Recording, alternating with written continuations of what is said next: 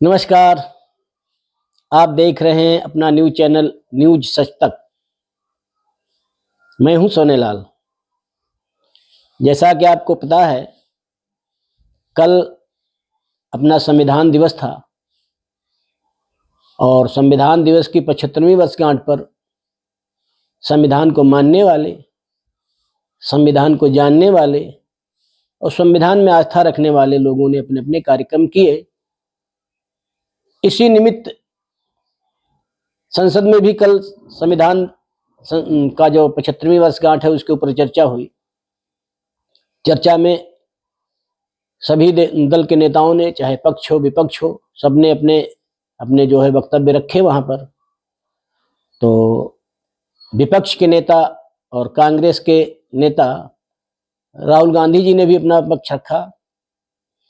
राहुल गांधी जी की एक खासियत है कि विषय कोई भी हो, अवसर कोई भी हो, उनके मुंह से हमेशा अडानी अंबानी, अडानी अंबानी, अडानी अंबानी,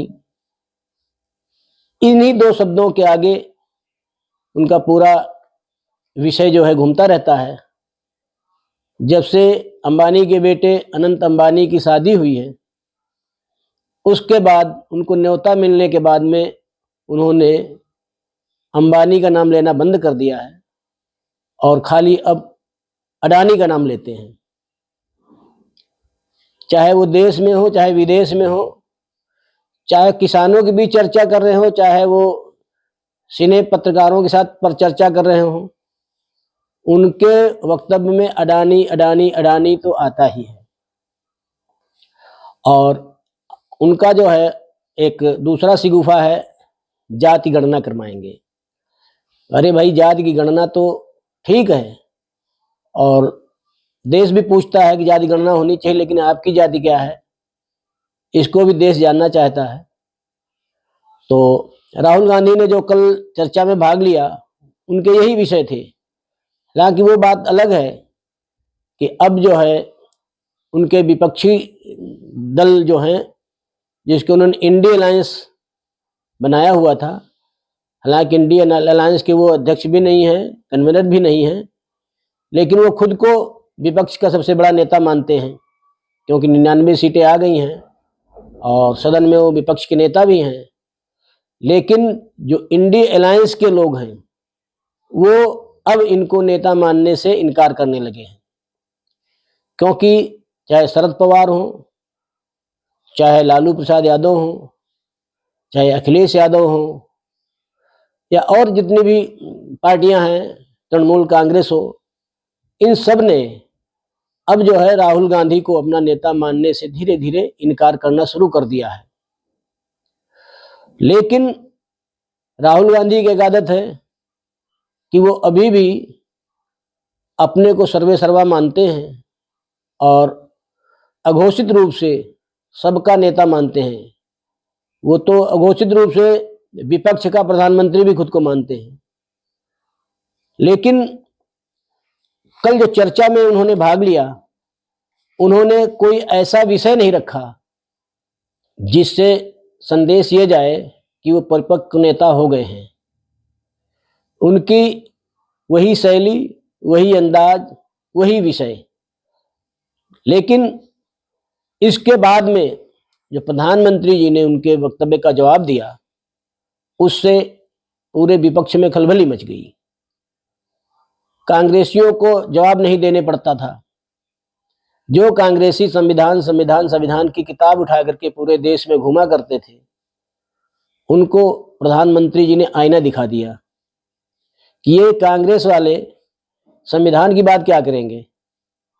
चाहे वो जवाहरलाल नेहरू रहे हों, चाहे इंदिरा गांधी रही हों, चाहे राजीव गांधी रहे हों, सब ने संविधान को अपने हिसाब से तोड़ मड़ोड़ करके उसका संशोधन किया है। 75 बार अभी तक कांग्रेस वालों ने संविधान का संशोधन किया।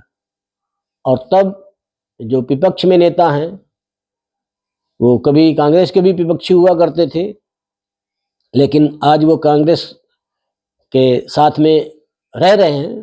वो बात अलग कि कांग्रेस को और कांग्रेस के नेता को वो अपना नेता नहीं मानते हैं, वो भी उनको इस चीज़ पर नहीं लताड़ते हैं जितना कल प्रधानमंत्री जी ने लताड़ा। उन्होंने याद दिलाया कि प्रधानमंत्री इंदिरा गांधी ने संविधान का गला घोंटते हुए, संविधान को ताक में रखते हुए आपातकाल लगाया, और जितने विपक्ष के नेता थे, विपक्ष के नेता तो अलग की बात है, अगर उनको ये भी पता चलता था कि विपक्ष का मतदाता है, उसको भी उन्होंने जेल में ठूसा। वो ऐसा एक काला अध्याय था जो हमारे लोकतंत्र पर काला धब्बा है, तो उसको भी उन्होंने, प्रधानमंत्री जी ने याद दिलाया। उन्होंने कहा कि कांग्रेस के जवाहरलाल नेहरू, इंदिरा गांधी, राजीव गांधी को संविधान संशोधन करने का खून लग गया था, और ये सब उन्होंने लोकसभा में बताया। तो अब जो है, जब बात सही है तो उसको फिर विरोध करने का कोई वो भी नहीं बनता है। इसके बाद में प्रधानमंत्री जी ने अपने जो 11, ये अंक आप कल देख सकेंगे, कल क्योंकि अगर उस समय हम वहां से पीछे न हटे होते देश विजय तो हमको आगे कल के लिए संकल्प बताए। 11 संकल्प उन्होंने सदन में रखे कि इनको लेकर के हम सभी देशवासियों को चलना है। उनका पहला संकल्प था, सभी नागरिक और सरकार कर्तव्यों का ईमानदारी से पालन करें। क्योंकि जब हम कभी, उन्होंने यह भी कहा कि जब हम अपने अधिकारों की बात करते हैं तो हमको कर्तव्य का भी ध्यान रखना चाहिए। हर क्षेत्र में और हर समाज में विकास का सम्मान अवसर मिले। उन्होंने कहा कि हर क्षेत्र को, हर व्यक्ति को जो हमारे देश का विकास हो रहा है उसका समान अवसर मिलना चाहिए। भ्रष्टाचार पर जीरो टॉलरेंस रहेगी। उन्होंने कहा कि हम भ्रष्टाचार किसी भी कीमत पर बर्दाश्त नहीं करेंगे। भ्रष्टाचारी कितना भी बड़ा हो, उसको जेल के पीछे, जेल की सलाखों के पीछे जाना ही पड़ेगा। चौथा उनका संकल्प था, देश में कानूनों और परंपराओं के पालन में गर्व का अनुभव जागृत हो।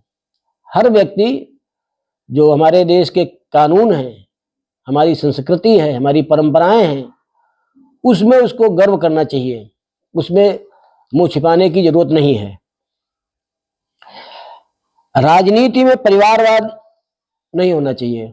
उन्होंने परिवारवाद पर जो है बहुत प्रहार किया कि कुछ लोग अपने परिवारवाद के कारण पूरे देश की राजनीति को खराब कर रहे हैं, और जब परिवारवाद को बढ़ावा दिया जाता है तो वहां भ्रष्टाचार अपने आप पनप जाता है। संविधान का सम्मान हो, राजनीतिक स्वार्थ के लिए कभी भी संविधान को हथियार न बनाया जाए। कभी भी ऐसा न हो कि हम संविधान की आड़ में लेकर के और जनमानस के विरुद्ध कार्य करें।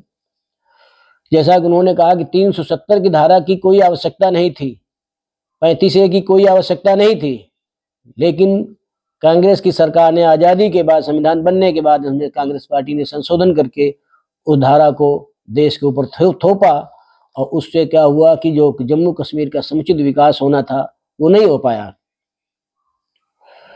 धर्म के आधार पर आरक्षण नहीं मिलना चाहिए, क्योंकि अगर धर्म के आधार पर आरक्षण करेंगे तो हमारे जो दलित वर्ग है, हमारा जो पिछड़ा वर्ग है, उसका ही आरक्षण काट करके आप जो है धर्म के आधार पर दूसरे धर्मों को जो मानने वाले हैं उनको आरक्षण देंगे। ये बिल्कुल गैर कानूनी है। नेतृत्व को प्राथमिकता मिलना चाहिए। हमारी महिलाएं भी देश की प्रगति में आगे आए, और जो हमारी राजनीति है, देश की राजनीति में वो आगे बढ़े। उन्होंने तो ये भी कहा कि हम अगले 5 सालों में 1 लाख जो ऐसे लोगों को तैयार करेंगे जो राजनीति में काम कर सकें, क्योंकि राजनीतिज्ञ जो होते हैं उनको तैयार करने की हमारे पास कोई योजना नहीं है। तो इसलिए उन्होंने कहा कि ऐसे उनको ट्रेंड किया जाएगा, उनको प्रशिक्षण दिया जाएगा कि वो राजनीति की बातें सीखें, राजनीति में आए। राज्य से राष्ट्र का विकास तय हो। हर राज्य अगर अपने यहाँ तरक्की करेगा और तरक्की करेगा तो वहाँ पर उसका प्रभाव राष्ट्र पर पड़ेगा। तो हर राज्य अपने अपने स्तर पर अपने राज्य की तरक्की करे तो राष्ट्र का जो है राष्ट्र की तरक्की अपने आप हो जाएगी। एक भारत श्रेष्ठ भारत के लक्ष्य को लेकर के हम आगे बढ़ेंगे। हमारा जो देश है वो एक रहे और श्रेष्ठ रहे। उन्होंने पहले भी कहा था एक बनोगे नेक बनोगे, तो इसको उन्होंने अपने उसमें रखा। तो आज के इस अंक में बस इतना ही।